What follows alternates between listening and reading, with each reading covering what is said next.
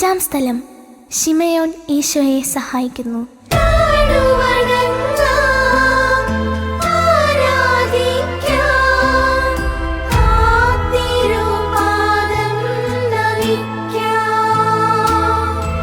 കാഴ്ചക്കാരിൽ ഒരാൾ മാത്രമായിരുന്നു ശിമയോൻ.